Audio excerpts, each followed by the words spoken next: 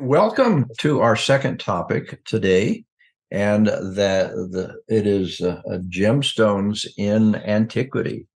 And the Our main presenter today is Dr. Kray Luxbacher, who is the chair of the Department of Mining and Geological Engineering.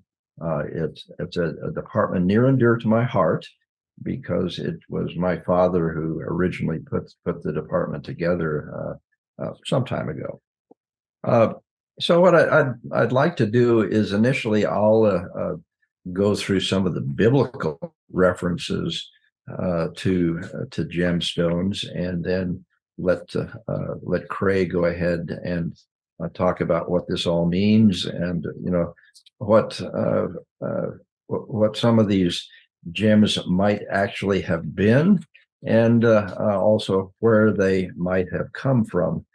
Um, when you're looking at the Bible, and I'm sure that unless you all had Sunday school teachers that were really interested in gemstones, you probably didn't read these too much. But there's references to gemstones in both the Hebrew Bible, the Old Testament, and the New Testament.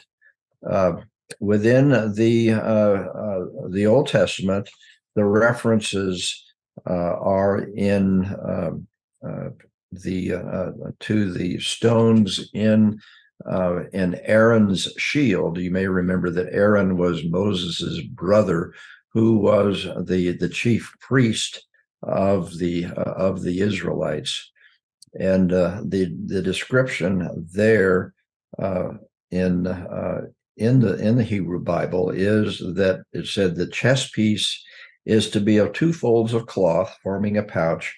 Attach it to 4 rows of stones. A red carnelian, which may have been a ruby, a chrysolite, and an emerald shall be the first row. The second row shall be a turquoise, a sapphire, and a white moonstone. The third row shall be a jacinth, an agate, and an amethyst. The fourth row will be an onyx, a beryl, and a jasper, all in gold settings. And the reference here is in Exodus chapter 28, verses 16 through 20. And then there's a similar recitation in Exodus 39.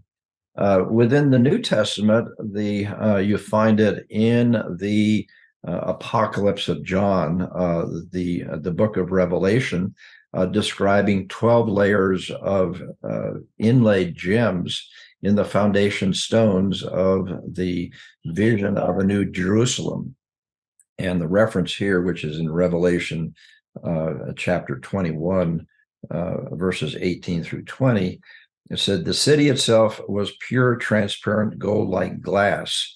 The wall was made of jasper and built on 12 layers of foundation stones inlaid with gems. The first layer with jasper, the second with sapphire, the third with chalcedony, and is referred to sometimes as agate, the fourth with emerald, the fifth with sardonyx, the sixth layer with sardis, the seventh with chrysolite, the eighth with beryl, the ninth with topaz, the 10th with chrysoprase, the 11th with jacinth, the 12th with amethyst. And I do have one slide here also that provides a comparison of both of these references, and then a probable translation. And Kay has got a lot to say about what they may have been, and I'm sure you can well imagine the translations from the Hebrew Bible that was probably composed from many oral sources during the Babylonian captivity in the 5th century, before the Common Era, and then in the New Testament that would have been in the 1st century of the Common Era. And so our what we think about certain of these gems probably has changed over the years. And so at this point, why don't I'll turn it over to Kray to tell us a little bit about, you know, what her perspective is on some of these stones, uh, and where they may have come from. Well, I think first of all, I would say it is complicated to try and figure out what those stones likely were for several reasons. I mean, we don't have an artifact. And, so we kind of rely on etymological interpretations of what the scripture said, and especially in the Hebrew, to understand what those stones may have been. And then we can look at geologically what occurred in that area. But we know, for instance, Alexander the Great had these very widespread travels, and so trade was open, and other stones could have been in circulation that didn't occur in that area.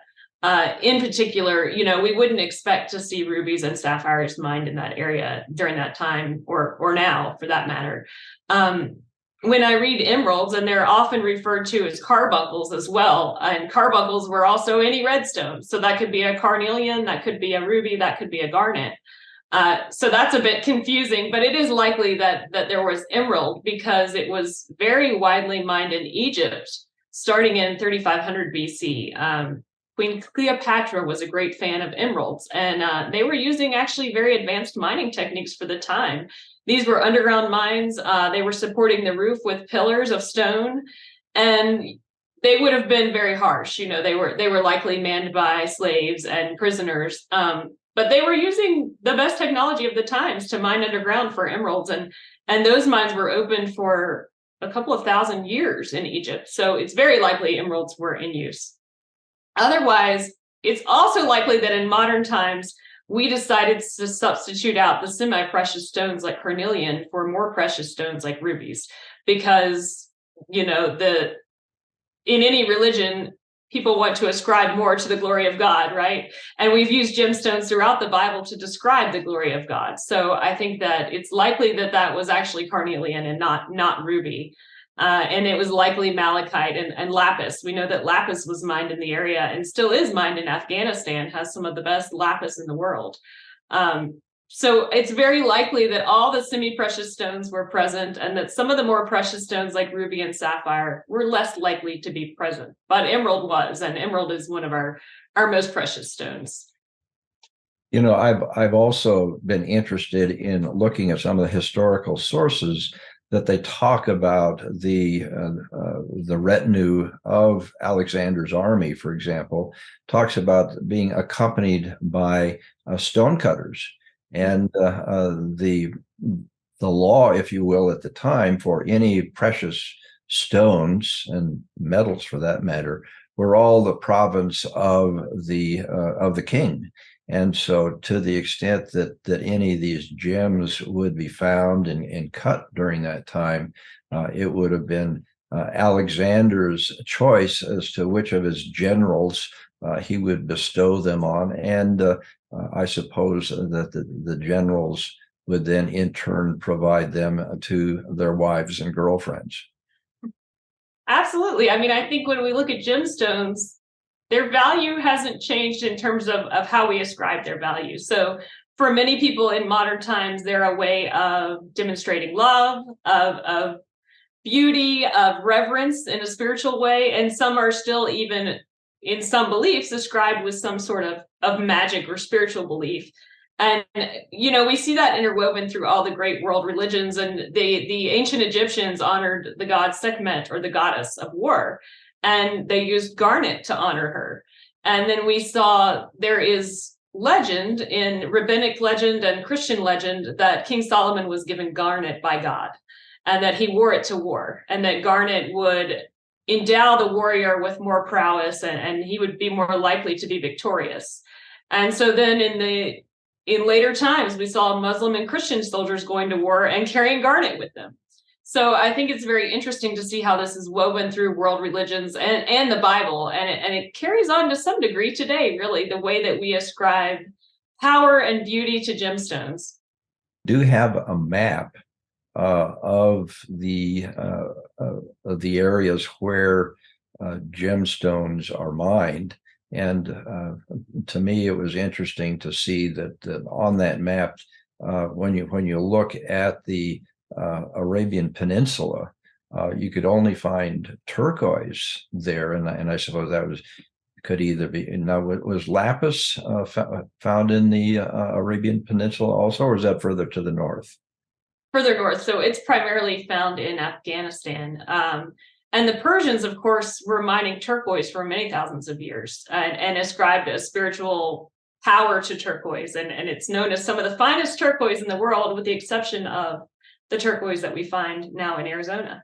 But if we look at the Sinai Peninsula, that's where much of the mining of emeralds was taking place at the time. Yeah, and again, the significance here. We mentioned Cleopatra and the other some of the other kings and royalty in Egypt. That the law at the time would certainly have placed those gemstones into the possession and ownership of royalty. What do you think now? The main areas for gemstones that you'd find, would that have been further to the north around the Black Sea and going further west? Yes, and then much of it would have been mined in other places that we expect Alexander the Great traveled. And I mentioned that rubies and sapphires were not mined in this area at all. But I would see most of them mined to the northwest, yes, or northeast, excuse me, the northeast. Yeah, well, I think that what we've done is really showed some further incentive for Alexander on his travels or I suppose it's more his conquests, to find those areas that we have on the gemstones. And I think that I mentioned that an important part of the retinue was the stonecutters in Alexander's army. Do we want to say anything about the geologic environment that you'd find for these gemstones? I know you've said something about Egypt. Were a lot of these superficial deposits, or you really have to work to find them? When we talk about precious gemstones, the ones that have some real clarity, emeralds, sapphires, and diamonds, they're typically formed very deep at high pressure and high heat, but they're forced to the surface through some sort of geologic mechanism that involves, flow or movement of magma. That's how they find their way to the surface. Nonetheless, when we look at the emerald mines of Egypt, they were underground mines. Now, they weren't particularly deep compared to mines of today, which might be, anywhere from 5,000 or 500 to 10,000 feet deep for various types of mining. These were probably about 100 feet deep. But there was quite a bit of technology required to go 100 feet deep for several hundred feet, horizontally at that time. So I would expect there would have been some sort of small outcropping or some evidence of emeralds in a stream or a river that would lead people to look in that location for them. When we talk about some of the semi-precious stones, and in particular turquoise, which was so popular in that region, it tends to be a secondary geologic process. So often occurs around copper, which is why we have such beautiful turquoise in Arizona. And it occurs because there's just enough flow of an acidic aqueous solution to generate the right conditions for turquoise to occur, really in fractures of rocks. And the reason that happens in arid regions is because there's not this constant rain flow. So we just need the occasional flow of this aqueous solution to really form turquoise. And that's why you see it in Iran, you see it in Arizona, and it also has to be in the presence of these copper-bearing deposits. Good. Well, thank you for going through all this with us, Kray. I'm sure that for those of you that want to recheck our sources here, that just look at those references in the book of Exodus and in Revelation. So you can regard this as your Sunday school lesson of the morning. So thank you very much, and Kray, thank you for taking on this task.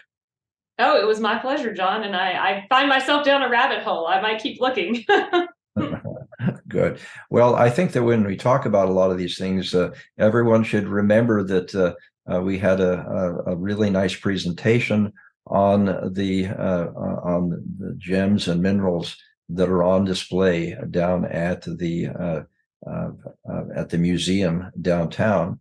And so I suppose you could take the list of those gems and go down and see some very nice examples. Absolutely. And that is a world-class display. All right. Well, thank you. Thank you again, Kray. And we'll terminate this session. Thank you. Thank you.